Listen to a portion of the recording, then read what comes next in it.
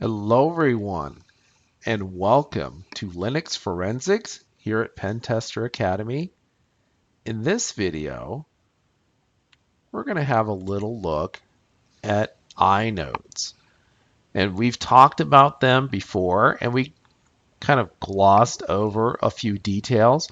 And now we're going to go back and tell you a little bit more about these things that we just sort of ignored before. And we'll start with file modes. So there is a 16-bit file mode vector, bunch of bits, and you're probably familiar with some of these already. So you know about the octal bits that we use for permissions. We can do chmod 777 if we're feeling lazy, which gives everybody execute, write, and read permissions. And then we have those permissions for our group, followed by those permissions for the owner, a sticky bit, a set group ID, and a set user ID. So these are all things that we can have. Now, all of these can be combined, so we can use whatever combination we want.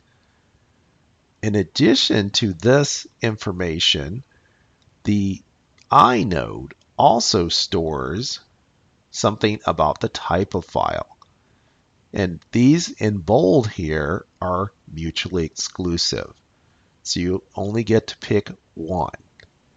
So if bit 12 is set, you have a FIFO. If bit 13 by itself is set, this is a character device. If bit 14 is also set, then it's a block device. So notice here on bit 14, if it's all alone, it's the only bit set, this becomes a directory. But if bit 13 is set, as we said already, this is a block device. If bit 15 is set by itself, then this is a regular file. If 13 over here is also set, it's a symbolic link. And if 14, its next door neighbor, is set, it is a socket.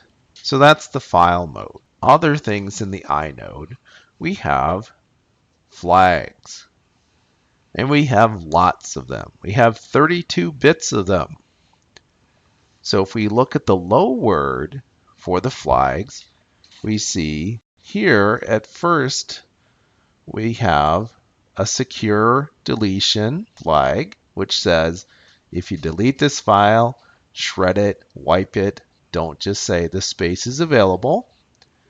We have a preserve for undelete, so it's kind of an opposite flag. We have a flag to say this file is compressed. We have a synchronous writes flag. In other words, don't cache when you're writing to this file. We have a flag to say a file is immutable and should not be changed. We also have a flag that says please only append to this file. Now I should point out that many of these flags are here, but their support is non-existent. Not all of these things are supported by the operating systems. There's a no dump flag or a flag to say please don't update the access time. Now, if you study Windows forensics, you will see that there is a similar flag for Windows directories. We have a dirty compressed file. We have a file with compressed clusters. And then we have a please don't compress this file flag. We have a flag that says this inode is encrypted. Another one for saying this directory has hash indices. We'll talk about what those mean in a future video. We can talk about AFS magic numbers. We can talk about data that has to be written through a journal. So you must use the journal when you write this data. We also can say this file, the tail of it cannot be merged. So you can't merge it together with something else. And that's only half of them. So what's in the other half? The other half contains things like this. The directory entry requires synchronous writes. So you can't cache the directory entry updates.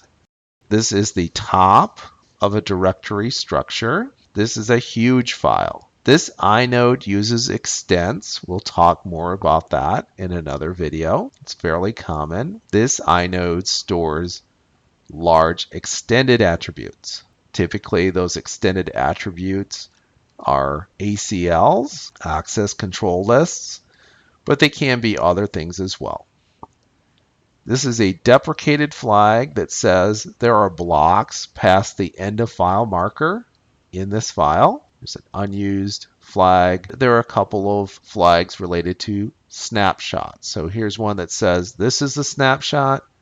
This one says the snapshot's being deleted. And this one says the snapshot shrink operation completed. There's also one for inline data.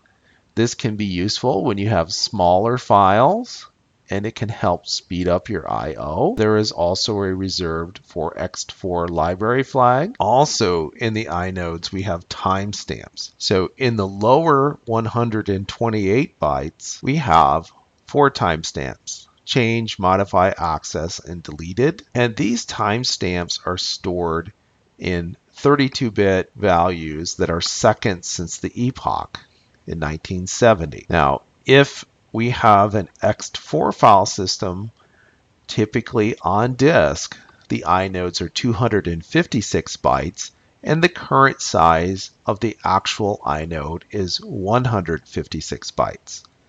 So there's some room to grow, and there are extra timestamp values in the upper bytes. So what they do is the lowest 2 bits out of a 32-bit value are used to extend that timestamp to a 34-bit value. So currently the 32-bit values will overrun in about 2038. By extending it by 2 bits, it won't overrun past 2400 something. We'll all be dead by then, but who knows? Maybe our ancestors will still be running Linux and still doing forensics. The upper 30 bits are used to store the nanoseconds that should be added to the timestamp. So you now have nanosecond accuracy on these timestamps. So that's a little bit more detail on parts of the inode. Well, that's all for this video. As always, if you're enjoying these videos here at Pentester Academy, please tell a friend. We'll see you soon.